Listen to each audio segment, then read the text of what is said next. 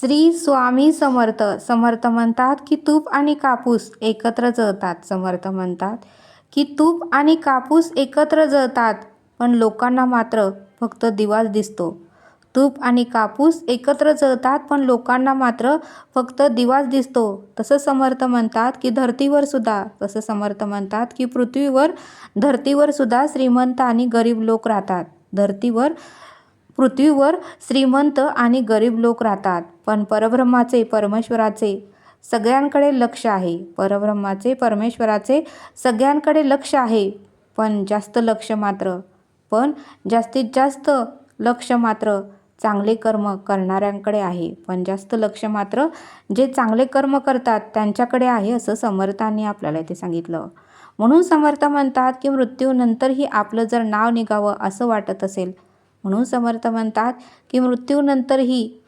निघावं असं वाटत असेल तर आपले कर्म हे निर्मळ आणि पाण्यासारखे स्वच्छ असावे, असं समर्थांनी आपल्याला ते सांगितलं. म्हणून समर्थ म्हणतात की संत लोकांचे नाव अजूनही निघते. संत तुकाराम महाराजांचे नाव निघते, तर संत ज्ञानेश्वर माऊलींचे नाव निघते. संत एकनाथ महाराजांचे नाव निघते, तर संत जनाबाईचे नाव निघते. संत निवृत्तीनाथांचे नाव निघते, असं समर्थांनी आपल्याला ते सांगितलं.